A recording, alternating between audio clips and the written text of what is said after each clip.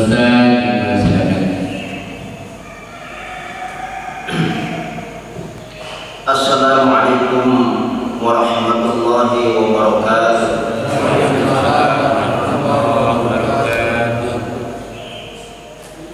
Bismillahirrahmanirrahim. Alhamdulillahilladzi anzala sakinatan fi qulubil mu'minin yazdadu imanan ma'a imanihim. Assalatu wassalamu ala asyrafil anbiya'i wal mursalin sayyidina wa syafi'ina wa maulana Muhammadin sallallahu wa ala alihi wa ashabihi ajma'in, amma ba'du.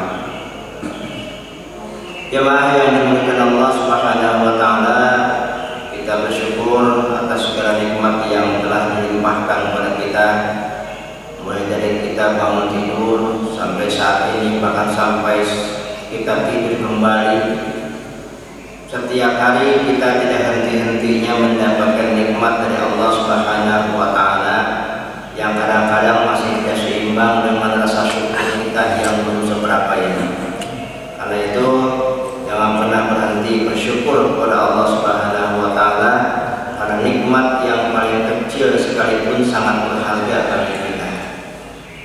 Salawat dan salam semoga tetap tercurah kepada junjungan kita baginda Nabi besar Muhammad sallallahu alaihi wasallam, kepada keluarga, sahabat, dan juga kepada seluruh pengikutnya yang istiqomah insyaallah termasuk kita di dalamnya. Amin amin ya rabbal alamin.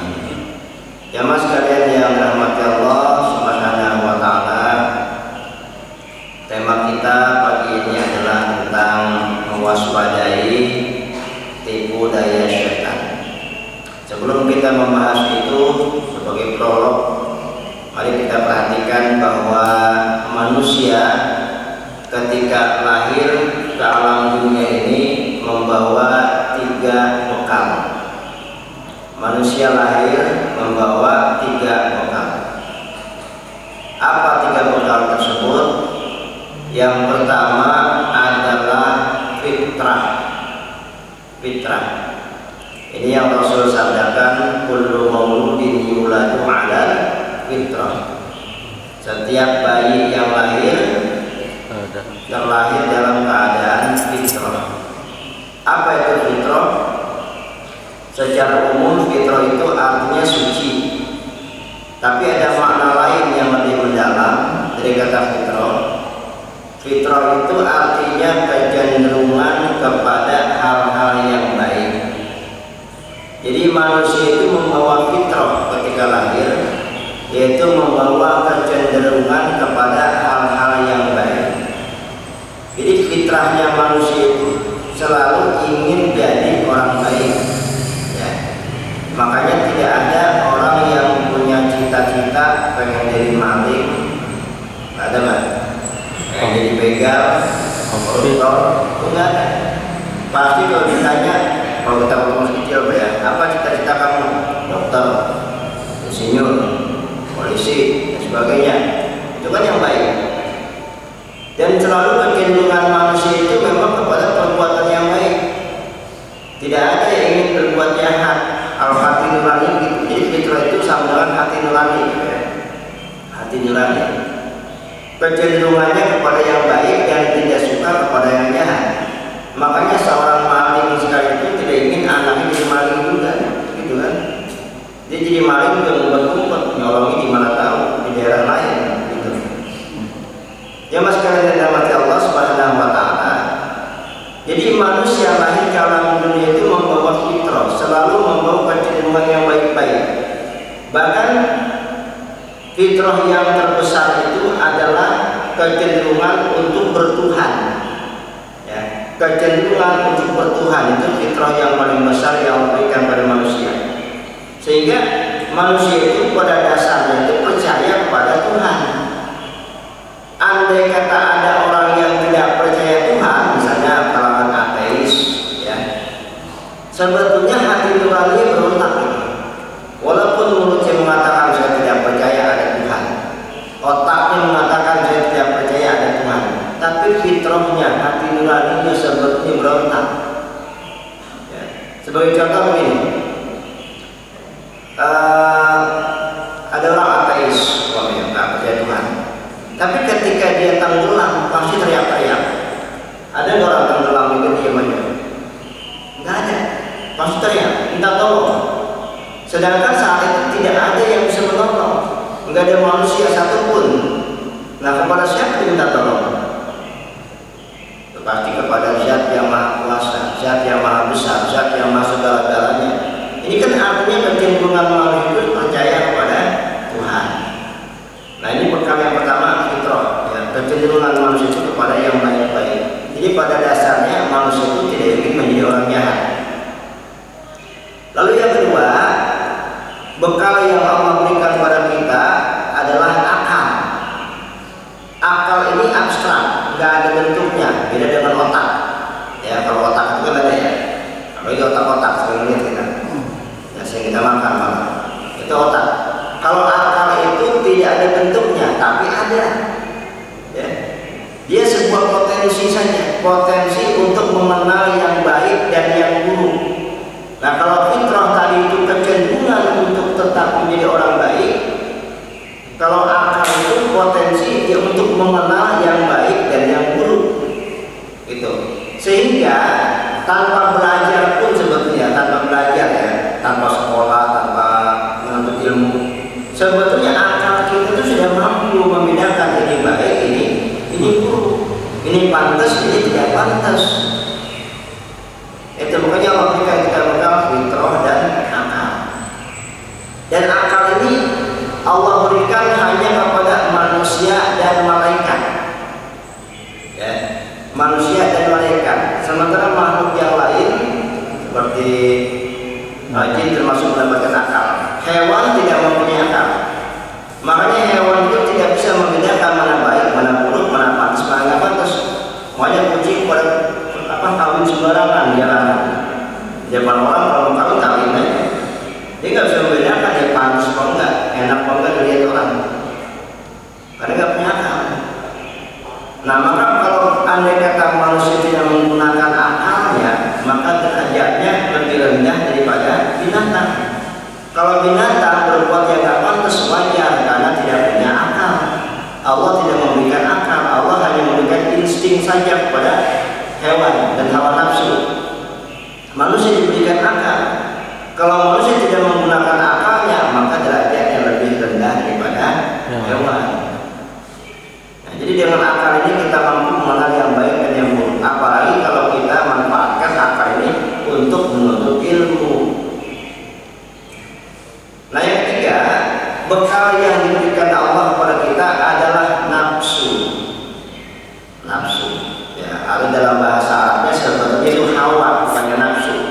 Kalau nafsu itu artinya jiwa atau diri. Dalam bahasa Arab nafsu itu dikenal dengan hawa, al-hawa, ya, keinginan.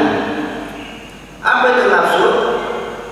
Nafsu itu atau dalam bahasa Arabnya hawa, ya, daya dorong yang menyebabkan manusia melakukan suatu perbuatan, bisa baik dan juga bisa buruk.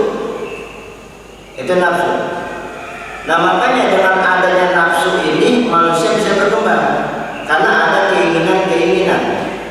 Sementara malaikat tidak Allah berikan nafsu. Makanya malaikat itu kehidupannya stagnan, gitu-gitu aja karena nggak ada keinginan. Nggak ada malaikat yang punya cita-cita, nggak ada. Nggak ada malaikat yang punya keinginan untuk mengapa-ngapain, itu nggak ada. Malaikat itu tugasnya hanya taat kepada Allah Subhanahu wa Ta'ala. Kalau disuruh dilaksanakan, nggak disuruh nggak dilaksanakan, itu malaikat. Nah, manusia punya nafsu, ada keinginan-keinginan. Yang keinginan ini bisa mendorongnya untuk melakukan perbuatan baik dan juga perbuatan buruk. Umpama ini, kita mendirikan masjid itu kan karena nafsu, karena ada keinginan yang baik, nafsu yang baik. Kita berinfak ke masjid itu nafsu, ada keinginan. Cuma keinginan yang baik atau nafsu yang baik. Begitu pula kita pergi ke tempat maksiat, itu juga nafsu yang mendorong kepada perbuatan yang buruk. Nah, jadi nafsu ini yang menggerakkan manusia untuk melakukan sesuatu baik yang baik maupun yang buruk.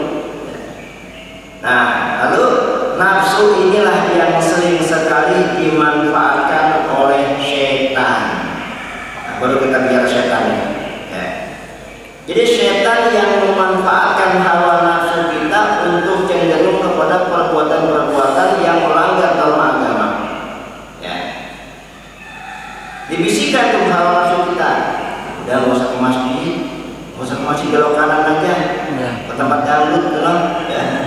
Nah, itu setan membisikkan hawa nafsu kita, karena nafsu kita ini kan bisa mendorong kita kepada perbuatan yang baik, masjid misalnya, dan juga bisa mendorong kita untuk pergi ke tempat-tempat maksiat. Maka setan memanfaatkan hawa nafsu kita sehingga kita lebih memperturutkan hawa nafsu kita yang membisikkan kita untuk melakukan perbuatan-perbuatan yang melanggar kaidah agama. Ya mas kalian yang dirahmati Allah Subhanahu wa taala, ada 3 penyebutan terkait dengan setan. Ya. Yang pertama jin. Nah, jin ini adalah jenis makhluk Allah yang merupakan asal muasal setan. Ya. Jin itu sendiri artinya tersembunyi. Ya. Tersembunyi. Kenapa disebut tersembunyi atau jin? Karena memang tidak kelihatan, halus bentuknya. Nah, setan ini asal muasalnya adalah jin. Walaupun nanti dalam perkembangannya setan itu dikategorikan bisa juga dari kalangan manusia. Ya, karena kalau kita lihat dari makna setan itu adalah yang terkait dengan menggoda manusia untuk melakukan perbuatan dosa. Nah, jadi jin adalah makhluk Allah yang Allah ciptakan dari api. Ya, jin terbuat dari api, dari nar. Ya. Sedangkan pasangannya adalah malaikat. Pasangan dari jin adalah malaikat yang diciptakan dari nur, cahaya. Jadi kalau jin dari nar, kalau malaikat dari nur. Sifatnya berbeda. Kalau malaikat itu la ya'sunallaha ma amaruhum wa hum yaf'aluna ma yu'marun. Kalau malaikat itu selalu melakukan apa yang diperintahkan oleh Allah Subhanahu wa taala dan tidak pernah bermaksiat. Sementara jin, ya, jin ini, nah ini saya perlu ceritakan dulu nih. Ya. Jin ini asal muasalnya adalah makhluk yang taat kepada Allah Subhanahu wa taala. Ya. Saya mau cerita dulu nih. Dulu ada makhluk Allah dari bangsa jin yang bernama Azazil, raja jin ini. Saja jin. Ini jin yang paling ditakuti oleh jin-jin yang lain, namanya Azazil. Ya. Dulu sebelum Nabi Adam diciptakan, bumi sudah diciptakan lebih dahulu. Dan bumi itu dihuni oleh bangsa jin. Dan bangsa jin itu dulu kesukaan itu selalu berperang, menumpahkan darah. Gitu. Nah, maka Allah Subhanahu wa taala mengutus Azazil ke bumi untuk menumpas mereka yang suka membangkang atas perintah Allah. Allah suruh berdamai, tapi mereka malah bertempur, mereka bermusuhan. Akhirnya ditumpas itu jin-jin yang membangkang Allah Subhanahu wa taala oleh Azazil. Nah, kembali Azazil ke langit atau ke surga. Nah, suatu ketika Allah Subhanahu wa taala ingin menurunkan seorang khalifah ke bumi dari kalangan manusia. Ya. Maka berfirmanlah Allah, inni ja'ilun fil ardi khalifah. Ya. Wa in qala rabbuka lil malaikati inni ja'ilun fil ardi khalifah, dalam surat Al-Baqarah ayat 30 dan seterusnya. Ingatlah ketika Allah berfirman kepada para malaikat, sesungguhnya aku akan menjadikan seorang khalifah di muka bumi. Khalifah itu pemimpin, ya, manajer yang mengelola bumi dari kalangan manusia. Lalu para malaikat berkomentar, qalu ataj'alu may yufsidu fiha wa yasfiku dima. Para malaikat berkata, apakah engkau akan menciptakan makhluk yang akan menumpahkan darah dan berbuat kerusakan di dalamnya? Wa nahnu nusabbihu bihamdika wa nuqaddisu lak. Sedangkan kami sudah cukup bertasbih dan mensucikan namamu. Lalu kata Allah, qala inni a'lamu ma la ta'lamun. Aku lebih tahu apa yang kalian tidak tahu. Nah, maka diciptakanlah Nabi Adam alaihissalam dengan bentuk yang sempurna, diciptakan dari tanah liat yang diambil dari bumi, tanah hitam. Allah mengutus mereka Jibril ke bumi untuk mengambil tanah, lalu naik lagi ke surga, kemudian diciptakanlah Nabi Adam alaihissalam dalam bentuk seperti ini. Cuman bentuknya luar biasa, yang nggak kayak kita. Nah, dalam riwayat dikatakan Nabi Adam itu tingginya saja 60 hasta. Satu hasta itu segini Pak, antara dari siku sampai ujung jari. Ini satu hasta. 60 hasta udah kayak apa Pak? Mungkin setinggi pohon kelapa Pak ya. Nah, Nabi Adam segitu. Nah, diciptakan Nabi Adam alaihissalam sampai sempurna bentuknya, kemudian ditiupkan ruh dan hiduplah. Setelah Nabi Adam hidup, lalu diajarkan nama-nama benda. Adam, ini namanya surga, ini namanya pohon, ini namanya buah, ini namanya semua disebutkan. Bahkan dalam satu riwayat dikatakan, dalam tafsir Ibnu Katsir saya baca, bahwa Nabi Adam juga sudah diajarkan nama-nama benda yang sekarang sudah ada, yang sekarang ada nih. Jadi dulu belum ada bendanya, ya, TV, radio, kamera dan sebagainya, ya, itu sudah disebutkan, sudah diajarkan kepada Nabi Adam. Dalam tafsir Ibnu Katsir dijelaskan begitu. Ya. Nah, lalu Allah mengetes malaikat, ya, para malaikatku, silakan kalian sebutkan nama-nama benda yang ada di sini. Oh, kami nggak tahu ya Allah, kami nggak bisa. Baik, kalau begitu Nabi Adam alaihissalam, Adam, kamu sebutkan nama-nama benda yang ada di sini. Sebutkan semua nama-nama benda yang ada di surga, termasuk yang belum ada. Ya. Kemudian setelah terbukti bahwa Nabi Adam lebih unggul dari makhluk yang lainnya, malaikat dan jin, maka Allah memerintahkan semua malaikat termasuk jin Azazil tadi untuk bersujud kepada Nabi Adam. Untuk apa? Bukan sujud dalam rangka mengibadahi, menyembah, bukan.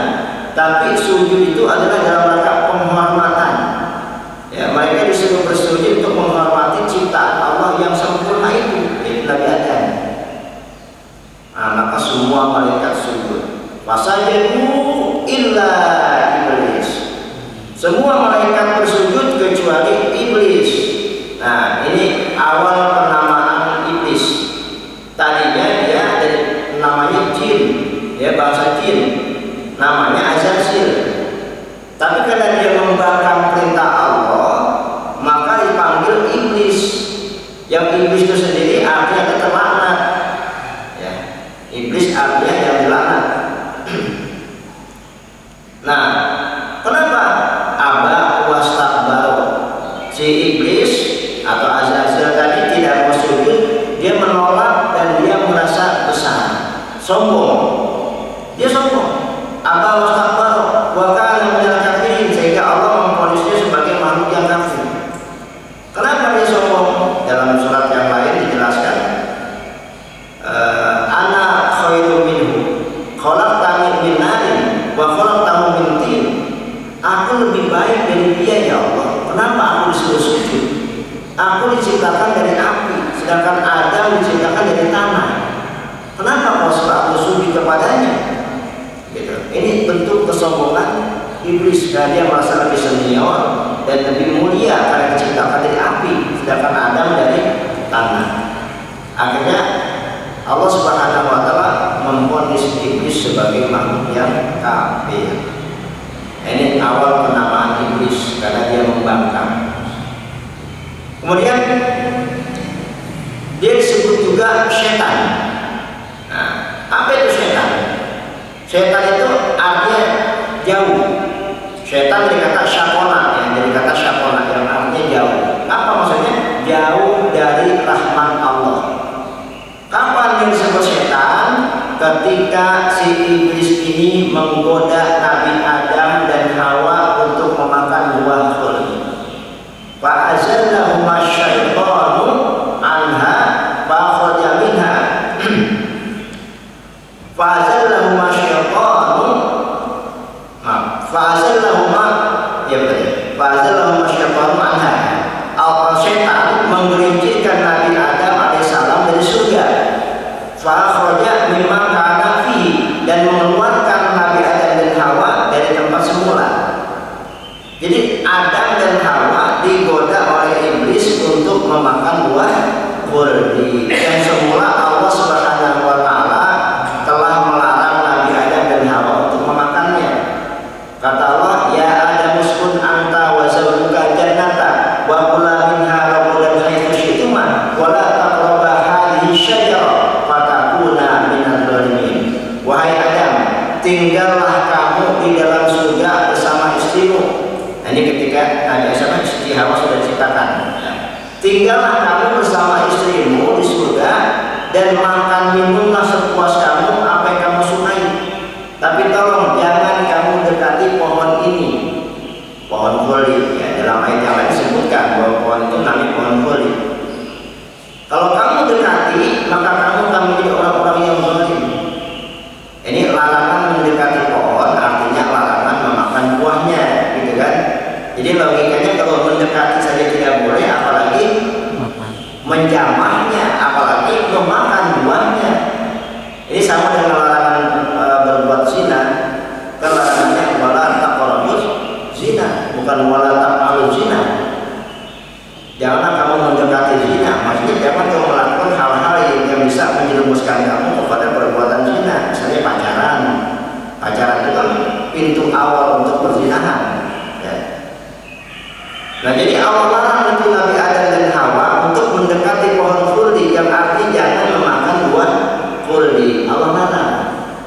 Nah, Nabi Adam taat, tapi akhirnya ini setan karena dia punya sifat hasad, dengki kepada Nabi Adam alaihissalam. Kenapa dengki?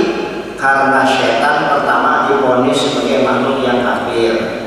Yang kedua, dia divonis menjadi penduduk api neraka jahanam. Begitu. Makanya dia hasad, dia dengki kepada Nabi Adam, digoda Nabi Adam. Nanti ada ayat dialog antara Allah dengan setan. Jadi digodalah Nabi Adam dan Hawa sehingga akhirnya Adam dan Hawa pun memakan buah khuldi dan Allah keluarkan mereka dari surga. Ini kenapa iblis disebut setan? Karena sifatnya yang menggoda. Nah, sehingga setan itu nanti bukan cuma dari kalangan jin saja, bisa juga dari kalangan manusia. Orang yang menggoda orang lain untuk melakukan perbuatan maksiat, maka dia setan. Coba lihat di surat An-Nas yang dengan jin nanti wan-nas. Setan itu dari kalangan jin dan dari kalangan manusia. Siapa saja pun yang menggoda untuk melakukan perbuatan dosa, maka dia berarti setan. Jemaah sekalian yang dirahmati Allah Subhanahu wa taala. Nah, kita lihat awal permusuhan setan dengan manusia. Ya, ini dialog antara Allah Subhanahu wa taala dengan makhluk yang bernama setan. Dalam surat Shad ayat 79 sampai ayat 85, Allah Subhanahu wa taala firmankan, qala rabbi fa'anzirni ila yaumi yub'atsun. Si iblis berkata, atau setan berkata, ya Tuhanku, tangguhkanlah usiaku ini sampai pada hari kiamat. Jadi setan minta kepada Allah supaya umurnya ini dipanjangkan sampai hari kiamat. Masya Allah, sampai sekarang masih ada nih diamnya setan dan juga bala tentaranya. Qala fa innaka minal munzirin ila yaumil waqtil ma'lum. Allah berfirman, sesungguhnya engkau wahai setan, aku tangguhkan usiamu sampai pada hari kiamat. Qala fa bi'izzatika la'ughwiyannahum ajma'in. Iblis atau setan berkata, demi kemuliaanmu ya Allah, sungguh aku akan menyesatkan manusia seluruhnya, illa ibadaka minhumul mukhlasin, kecuali hamba-hambamu yang betul-betul ikhlas. Qala fal haqqu wal haqqu aqul. Iblis berkata, aku benar-benar berkata dengan sebenarnya.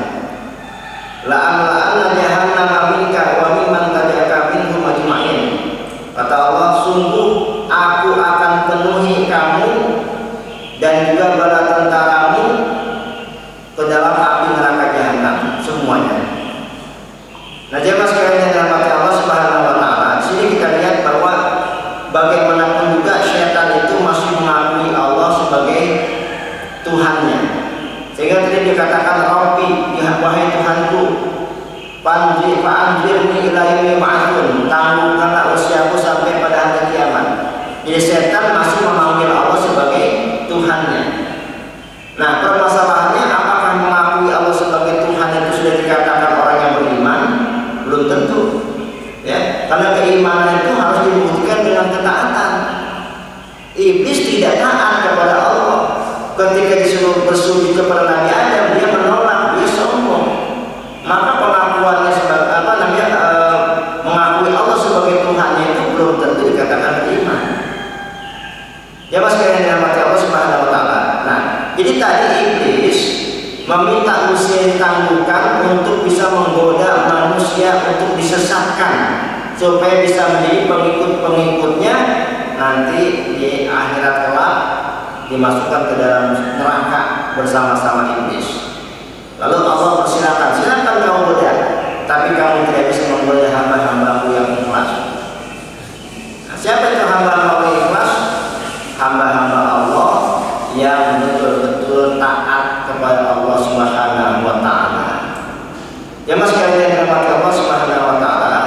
Nah, karena itu maka setan itu harus kita jadikan sebagai musuh kita yang sebenar-benarnya. Jadi kalau mau punya musuh, punyalah musuh tapi dari kalangan setan, jangan dari kalangan manusia. Ya, sebisa mungkin jangan sampai kita punya musuh dari kalangan manusia. Kalau mau punya musuh, musuhnya setan. Dialah musuh kita yang sebenarnya.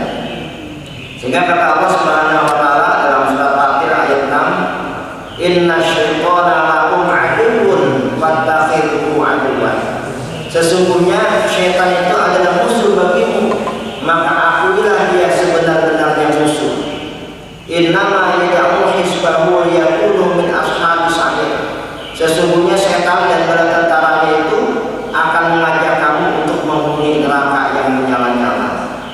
Nah, setan itu selalu berusaha untuk mengajak kita untuk masuk neraka dengan perbuatan-perbuatan maksiat yang dikemas dalam bentuk-bentuk yang indah dalam pandangan kita.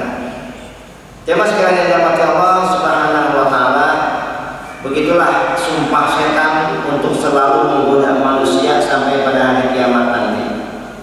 Nah, lalu apa saja tipu daya setan di dalam menggoda manusia supaya manusia menjadi sesat dan akhirnya masuk neraka nanti? Saya kutip dari Ibnu Qayyim Al-Jauziyah, seorang ulama besar, ya. Paling tidak ada 6 tipu daya setan. Yang pertama, setan berusaha menjadikan manusia makhluk yang kafir. Ini target pertama. Jadi target pertama, setan itu sebisa mungkin menjadikan manusia ini kafir. Kafir dalam pengertian tidak percaya Tuhan. Jadi nggak beragama sama sekali. Nah, contohnya seperti orang-orang ateis. Setan itu menggoda otak orang-orang ateis untuk tidak percaya Tuhan. Sehingga orang-orang ateis itu mengatakan apa? Segala sesuatu yang tidak kelihatan dia tidak ada. Tuhan nggak kelihatan, dia berarti tidak ada. Walaupun kadang-kadang logika mereka juga salah juga, karena tidak selalu yang tidak kelihatan itu tidak ada, gitu kan? Coba aja rasa, pernah melihat rasa? Kayak apa sih rasa bentuknya? Nggak ada, tapi ada. Bentuknya nggak ada, tapi zat rasanya itu ada. Misalnya ini tadi saya kopi ini, rasanya manis, ini rasa. Ini kelihatan kan kopinya, kalau rasanya nggak kelihatan, gitu kan? Bahkan pernah, entah ini anekdot atau apa, tapi yang jelas bisa kita ambil pelajaran. Ada seorang ateis bilang begini sama seorang ulama, Pak Kiai, saya tidak percaya adanya Tuhan. Kenapa? Karena Tuhan tidak kelihatan. Langsung tahu, cepet. Tapi tadi aku, kenapa kamu aduh sakit? Kamu percaya sakit aja? Percaya.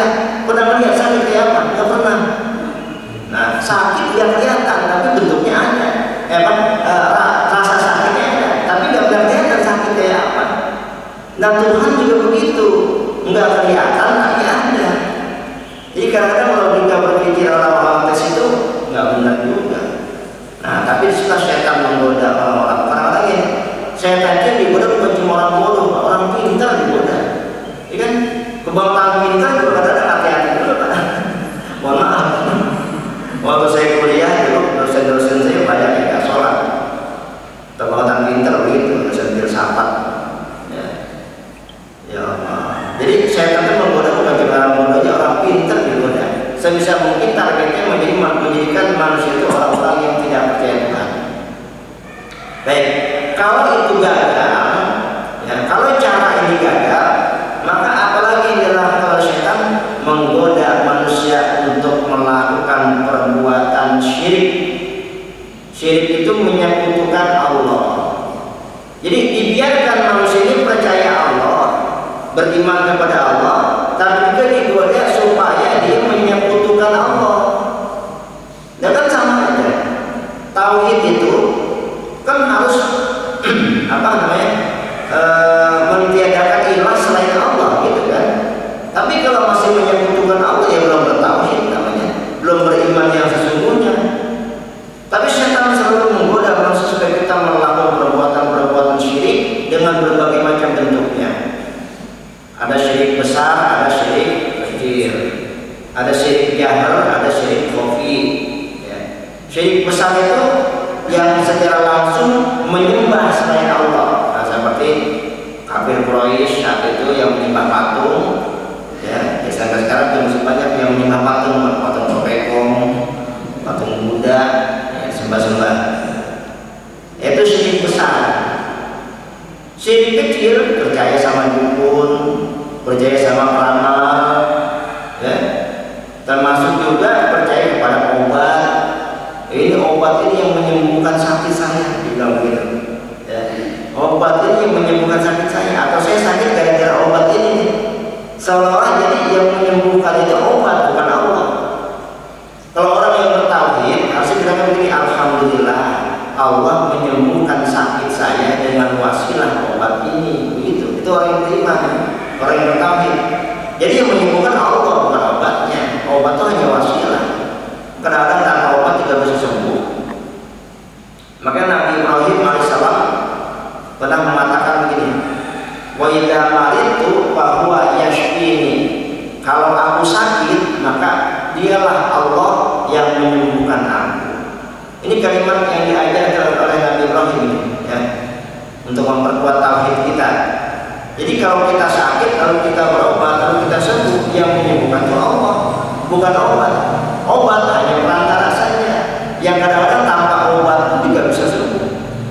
Kadang-kadang ada orang minum biar itu obat, ternyata itu dia itu jamu, gitu. Ternyata itu cairan untuk pempel. Dia minum karena sugesti yang tinggi, dia yakin kalau sama Allah akan kesembuhannya, bisa sembuh. Iya. Nah, jadi lagi-lagi bukan obat yang menyembuhkan sakit kita, tapi Allah Subhanahu wa Ta'ala. Ya. Bahkan ada lagi syirik dalam bentuk perbuatan riya, gitu ya. Syirik dalam bentuk perbuatan riya. Kenapa riya disebut perbuatan syirik kecil? Karena menduakan Allah dari segi tujuan ibadah. Beribadah, beramal, tapi tujuannya bukan karena Allah, tapi karena yang lain, karena pujian. Itu juga termasuk syirik juga. Nah, kembali. Jadi setan kalau gagal menggoda manusia menjadi kafir, dia bikin manusia itu menjadi orang-orang yang melakukan perbuatan syirik, menyekutukan Allah. Dibiarkan dia beriman kepada Allah, percaya sama Allah, tapi juga percaya kepada yang lain. Begitu. Terus kalau target ini gagal juga, apalagi itu yang dimainkan oleh setan? Dibikin manusia itu melakukan dosa-dosa besar. Jadi syirik tidak, tauhidnya bagus, ya, dia yakin sepenuhnya Allah Subhanahu wa Ta'ala dan tidak ada yang menyamai Allah Subhanahu wa Ta'ala.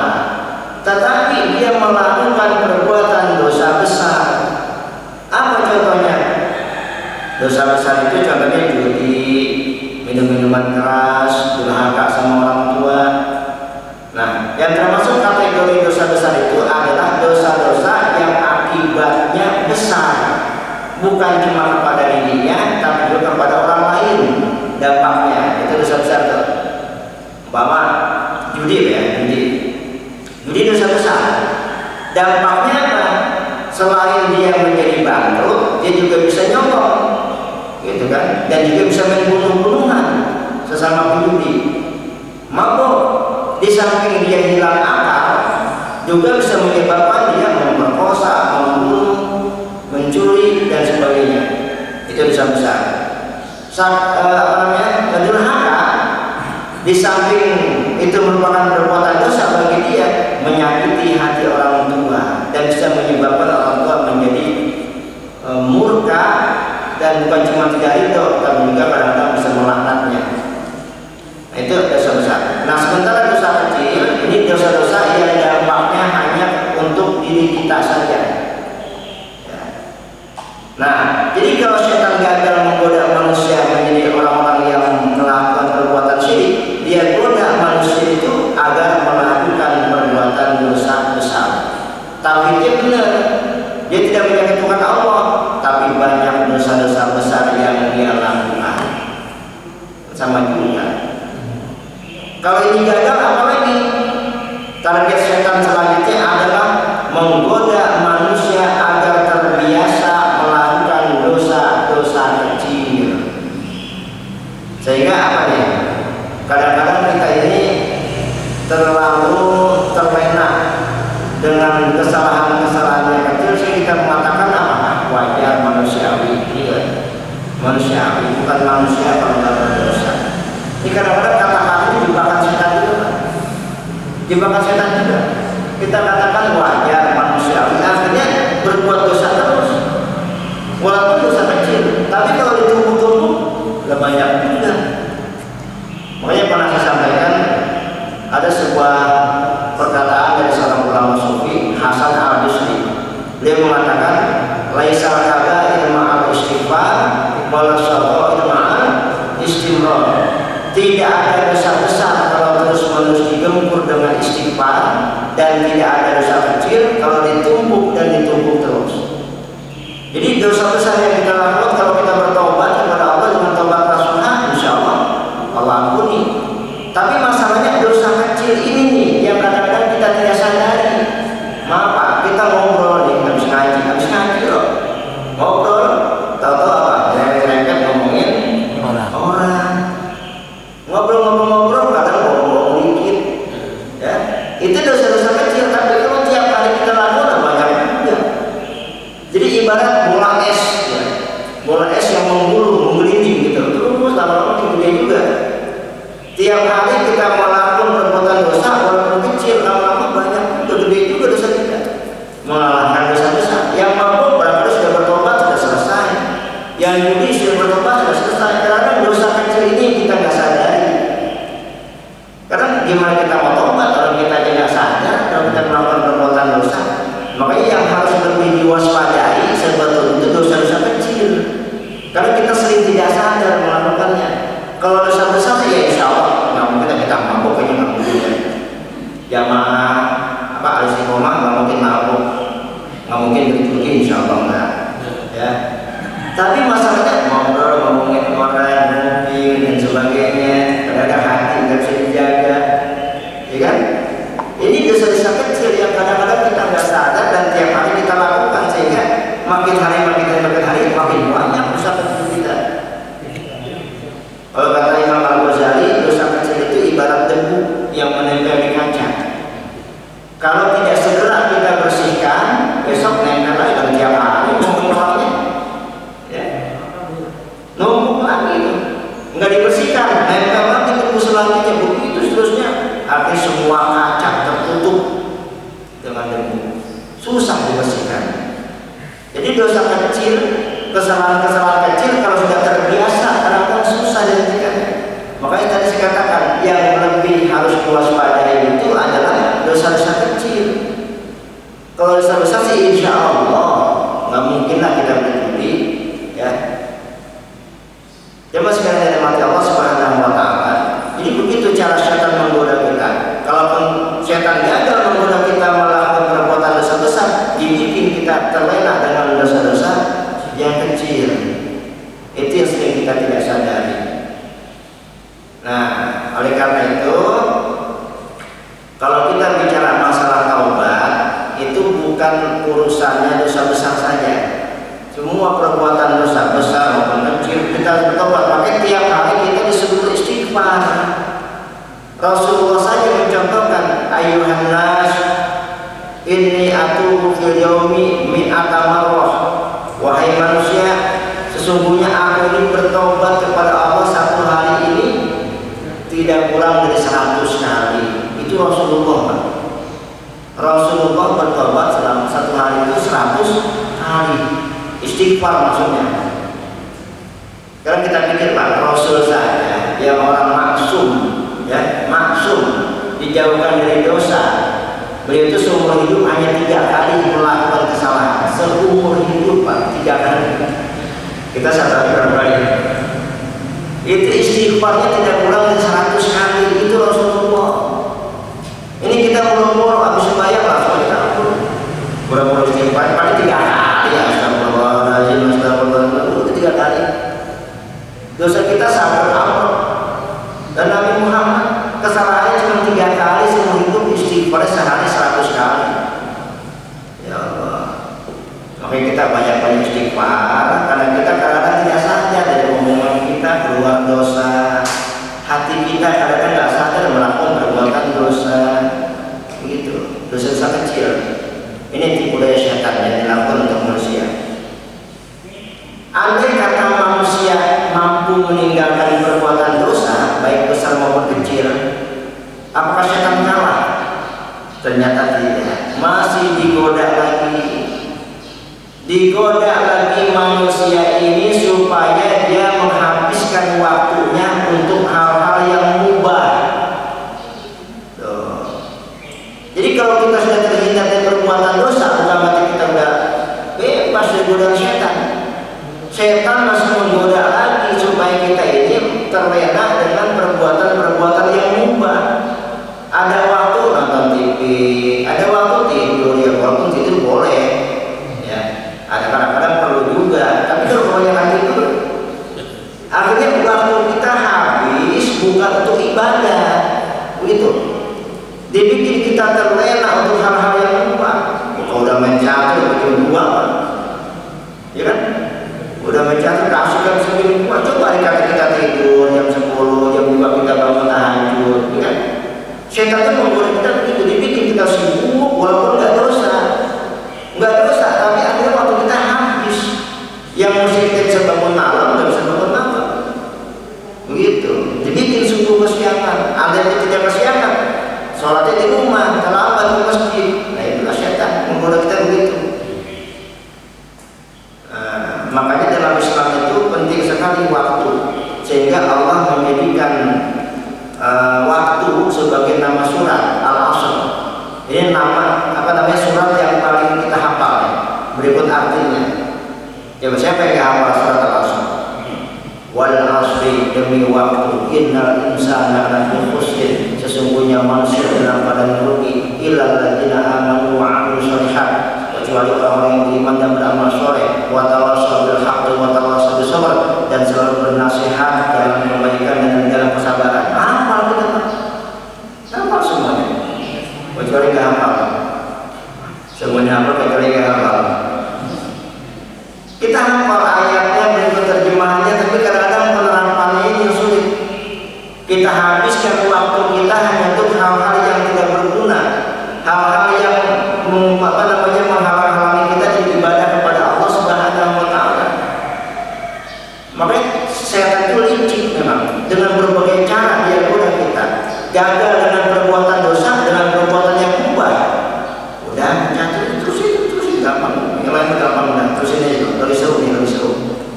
Akhirnya bablas, jam 2, jam 3, subuh kesiangan, begitu.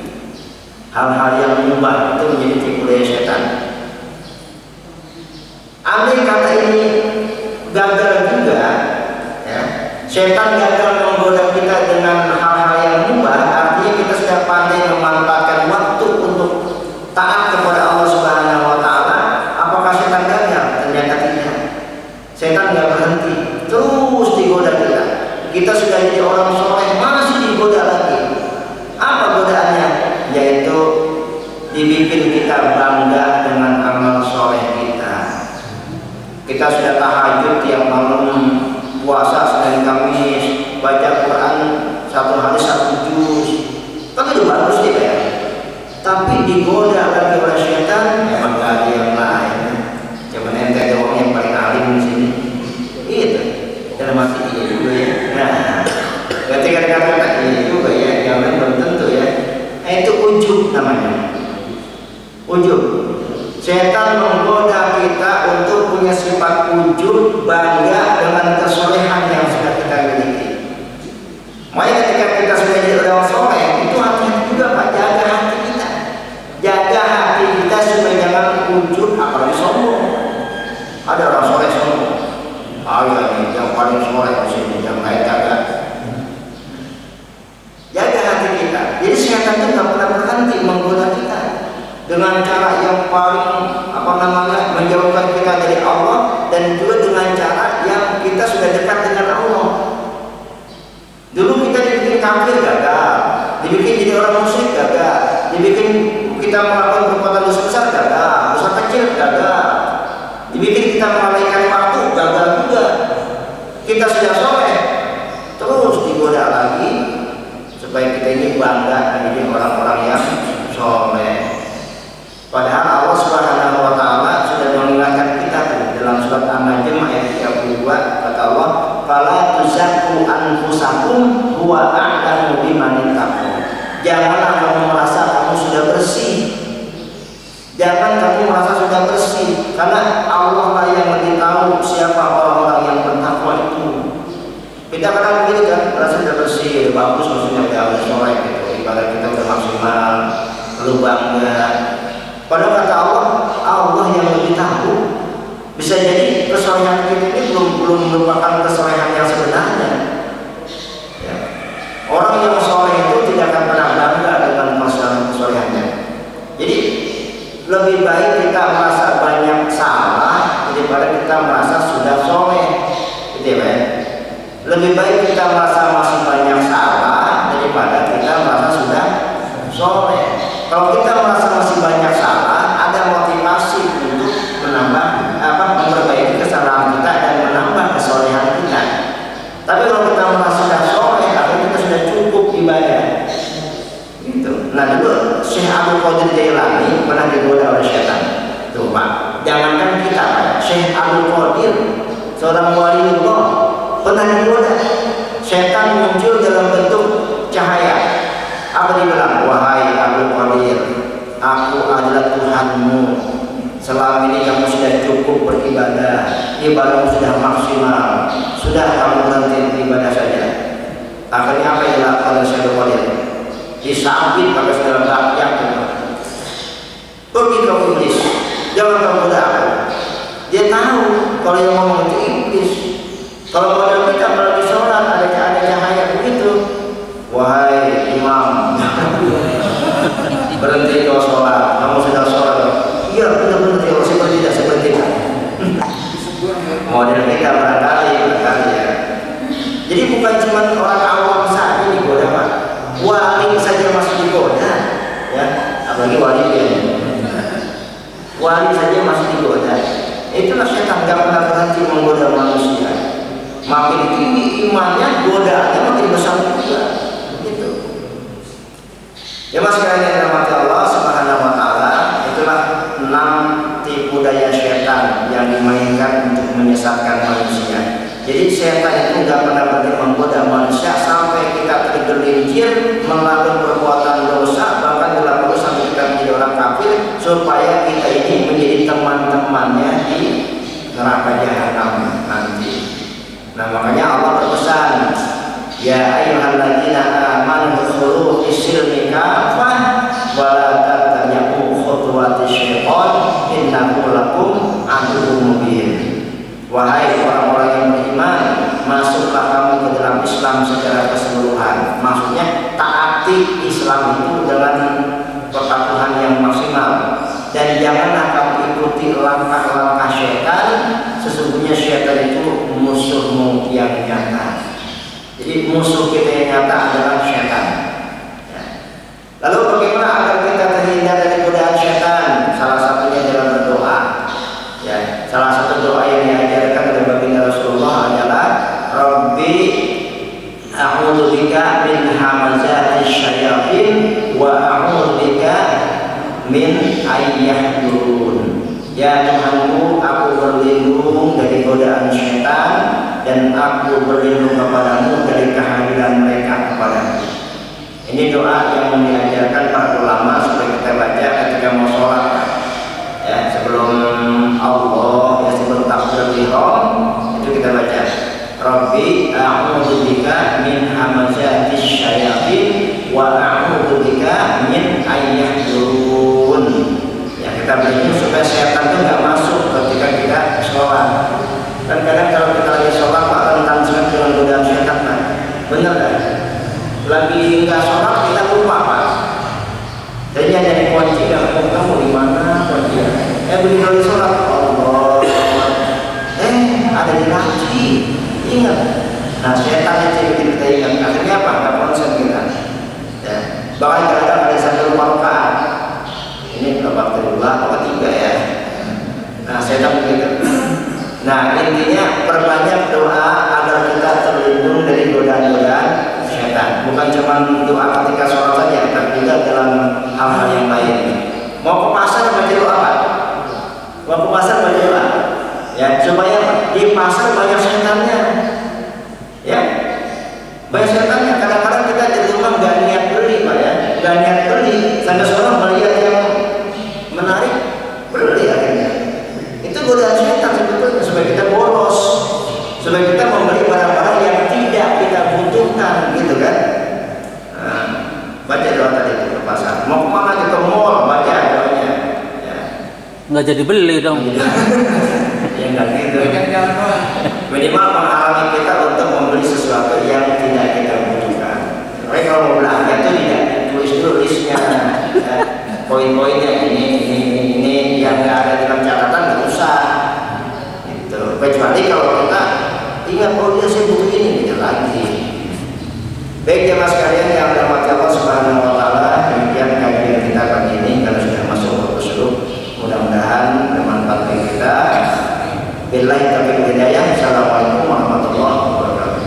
Waalaikumsalam warahmatullahi wabarakatuh. Alhamdulillah yang memberkati pada Ustaz Mufti yang telah menyampaikan pelajarannya pada pagi hari ini, yaitu terkait masalah mewaspadai tipu daya setan. Mudah-mudahan kita semua terhindar dari godaan setan. Kita langsung pada sesi tanya jawab. Silakan. 1, 2, 3. Langsung. Assalamualaikum warahmatullahi wabarakatuh. Yang mau saya tanyakan, apa perbedaan dan apa kesamaan setan yang menggoda manusia dengan setan pocong, setan guru dan lain sebagainya? Perbedaan dan kesamaannya apa? Pertanyaannya serem. Sama setan Senayan gitu. Itu dah saya jawab aja. Oh iya. Langsung saya jawab aja. Saya kebiasaan saya lupa kalau Setan bot. gini, ada setan, ada jin, gitu ya. Setan itu yang menggoda manusia itu disebut Setan. Walaupun makhluknya jin juga sih. Jin, kalau jin itu, jadi dia itu bentuknya banyak. Ada jin dalam bentuk tubuhnya seperti manusia, hanya saja punya taring, punya tanduk, ya, matanya merah, tubuhnya besar dan berbulu, itu bisa berbulu. Ya. Ada dalam bentuk kuntilanak, ada dalam bentuk kadang-kadang penampakannya bisa dalam bentuk pocong, ya. Tapi yang jelas kalau pocong itu bukan orang mati lah. Ya. Kalau kita melihat ada pocong yang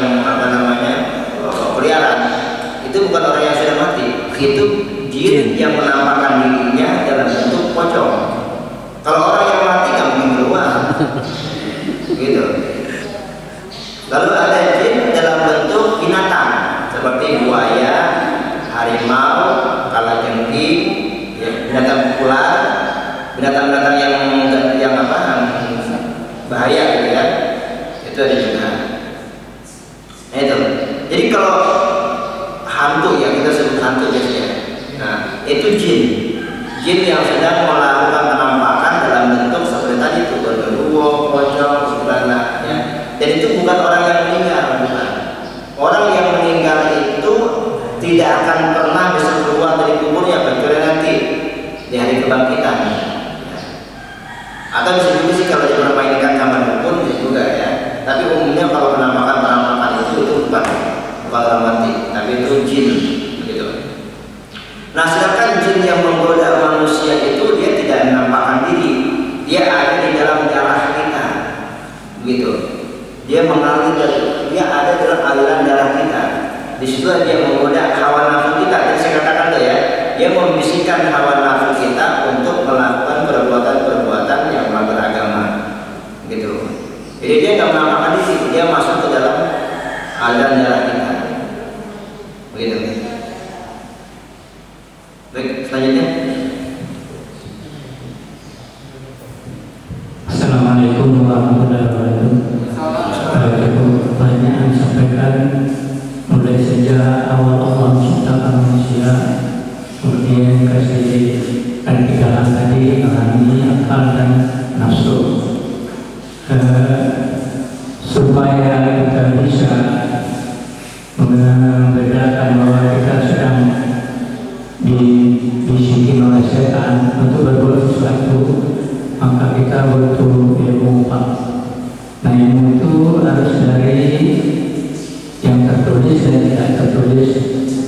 Yang tertulis adalah Al-Quran dan Sunnah Nabi. Kemudian tidak tertulis dalam semesta yang serta kegiatan-kegiatan manusia. Itu kan bisa kita baca dari situ. Nah dari situ kita bisa belajar supaya kita punya pengetahuan bahwa ini bisikan, ini pengaruh dari setan dan ini bukan dari setan.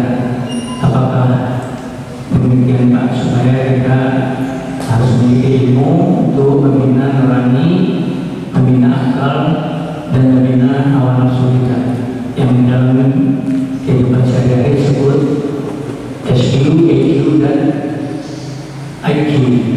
Betul atau tidak ada Pak? Assalamualaikum warahmatullahi wabarakatuh. Waalaikumsalam. Dan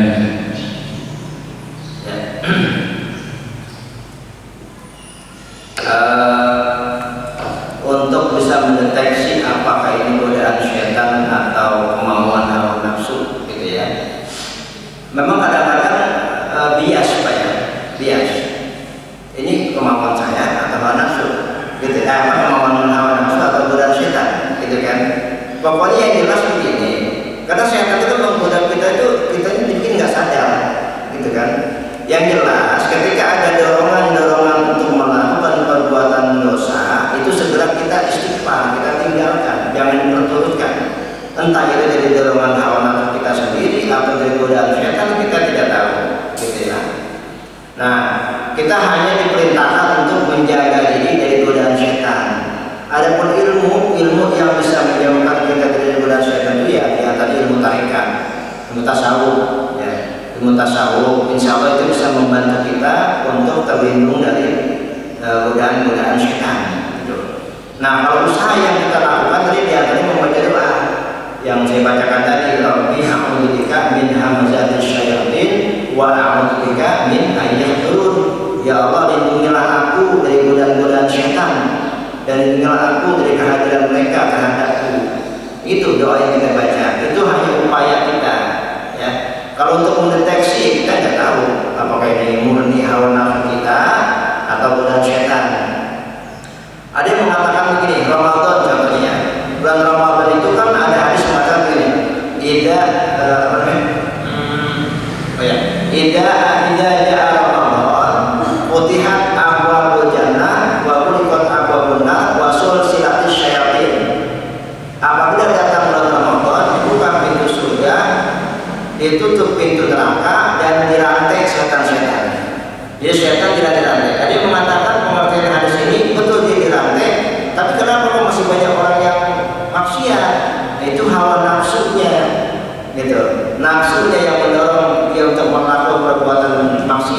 sementara setan lebih dirantai sama Allah. Ada yang menafsirkan seperti itu, ya. Tapi yang jelas ini dorongan nafsu atau godaan setan kita nggak tahu.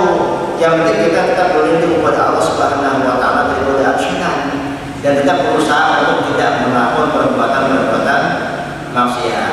Nah, sekarang sederhananya begini, Pak. Assalamualaikum warahmatullahi wabarakatuh.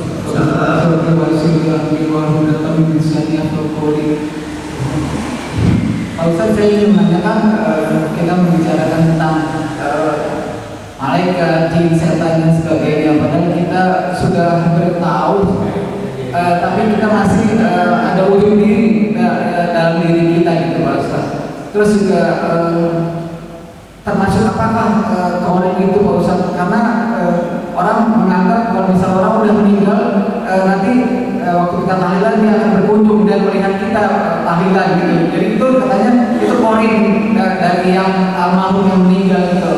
Terus bagaimana kalau misalnya orang roboh sukma, Pak Ustaz, dia sudah bisa memisahkan antara raganya dan sukmanya gitu. Apakah itu jin, setan atau malaikat, Pak Ustaz? Itu aja. Assalamualaikum warahmatullahi wabarakatuh.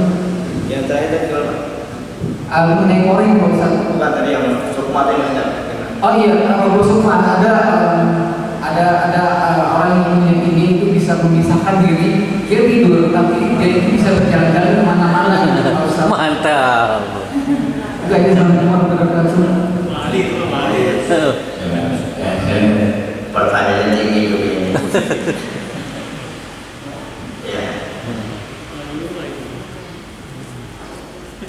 Jadi gini ya, setan itu salah satu sifat yang perlu kita contoh. Itu sifat ketidakputusasaannya. Setan itu tidak pernah putus asa dalam menggoda kita. Sementara kadang-kadang kita untuk mendapatkan rahmat Allah aja putus asa. Jadi kita kalah setan, kan? Jadi kita perlu mencontoh setan dalam hal ini. Jadi setan itu selalu menggoda terus dicecar terus. Selama dia belum berhasil terus, gitu kan? Kita tadi sudah saya katakan, kita udah benar aja, kita sudah soleh saja, terus digoda terus sampai kita ujung. Gitu kan? Maaf, sampai ilmu tasawuf aja sampai ada yang bikin orang jadi sesat. Contoh seperti konsep al-halaj. Pada dengar ya? Al-halaj menunggali kaulan tusti, atau dalam bahasa Arabnya apa namanya itu? Bersatunya diri manusia dengan Tuhan. Jadi al-halaj ini aliran tasawufnya nyampe ke Indonesia ya, dibawa oleh Syekh Siti Jenar. Yang aliran tasawuf itu dalam ibadah ini targetnya adalah bagaimana kita ini bisa menyatu dengan Tuhan. Nah, sehingga ketika dia sedang beribadah, si al-halaj ini, al-halaj sedang beribadah, dia mengeluarkan satu hal itu ucapan yang tanpa sadar. Dia bilang apa? Anal-haq, saya adalah al-haq, saya adalah Allah, maksudnya saya adalah Allah. Ucapan itu keluar ketika dia sudah begitu dekatnya dengan Allah Subhanahu wa Ta'ala, sehingga dia mengatakan anal-haq, saya adalah Tuhan, saya adalah Allah. Jadi ilmu tasawuf itu kadang-kadang begitu, sudah kebablasan juga begitu orang jadi sesat. Nah, oleh para ulama ini dihukumi konsep seperti ini, ajaran seperti ini sesat, karena membuat pelakunya itu menjadi merasa dirinya adalah Allah, saking dekatnya dengan Allah Subhanahu wa Ta'ala. Ya. Begitu kan? Nah, jadi setan terus membujuk kita, menggoda kita supaya kita menjadi makhluk yang tersesat dengan cara apapun. Sampai kita sudah soleh sekalipun, itu masih digoda lagi supaya dengan kesolehan itu kita bisa menjadi sesat. Begitu. Makanya kita diperintahkan untuk banyak-banyak berlindung dari godaan setan. Yang belum soleh, yang sudah soleh, banyak berlindung kepada Allah Subhanahu wa Ta'ala. Ya.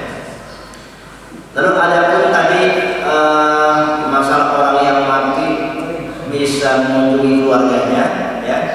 Itu memang ada penjelasannya, tapi saya baca itu riwayatnya lemah, ya, lemah. Jadi orang yang mati itu ya dia sibuk dengan urusannya. Gitu. Dia sibuk dengan urusannya, mempertanggungjawabkan semua perbuatannya. Kalau dia baik, dia dapat nikmat kubur. Kalau dia jahat, dia tidak soleh, dia mendapatkan azab kubur. Itu belum surga, belum neraka itu, ya berarti kubur. Kalau dia soleh, dia dapat nikmat kubur. Kuburnya menjadi terang, luas, yang menemani tidak dari, ya. Tapi kalau dia jahat, kuburannya menjadi sempit, ya. Kemudian yang menemani juga makhluk yang mengerikan, gitu. Terus sampai kiamat begitu. Setelah kiamat baru proses baru surga atau neraka, gitu. Jadi orang mati itu nggak ada yang bisa keluar. Kalau saya tidak yakin dengan keterangan itu. Ya. Jadi kalau mau kita mengadakan tahlilan, ya kita tahlilan aja mendoakan. Bukan berarti ketika tahlilan itu yang meninggal datang, bukan. Kalau menurut saya gitu. Terus mengenai itu tadi, mohon maaf saya tidak paham Pak ya. Jadi saya tidak bisa menjawab. Ya, masa orang yang bisa memisahkan itu. Bisa jalan-jalan. Belum nyampe saya. Ustaz, katanya korin itu kan penjaga kita pusat mulai dari bayi. Oh iya, udah ada. korin, iya, ada jenis jin namanya korin. Korin itu pendamping manusia, begitu. Dia bukannya menggoda manusia. Yang menggoda manusia itu lain lagi. Korin itu pendamping. Bahkan Nabi Muhammad saja ada korinnya, ya. Nabi Muhammad ada korinnya. Tapi cuma korinnya Nabi Muhammad itu masuk Islam, gitu. Nah, korin kita itu yang mendampingi kita, bahkan kadang-kadang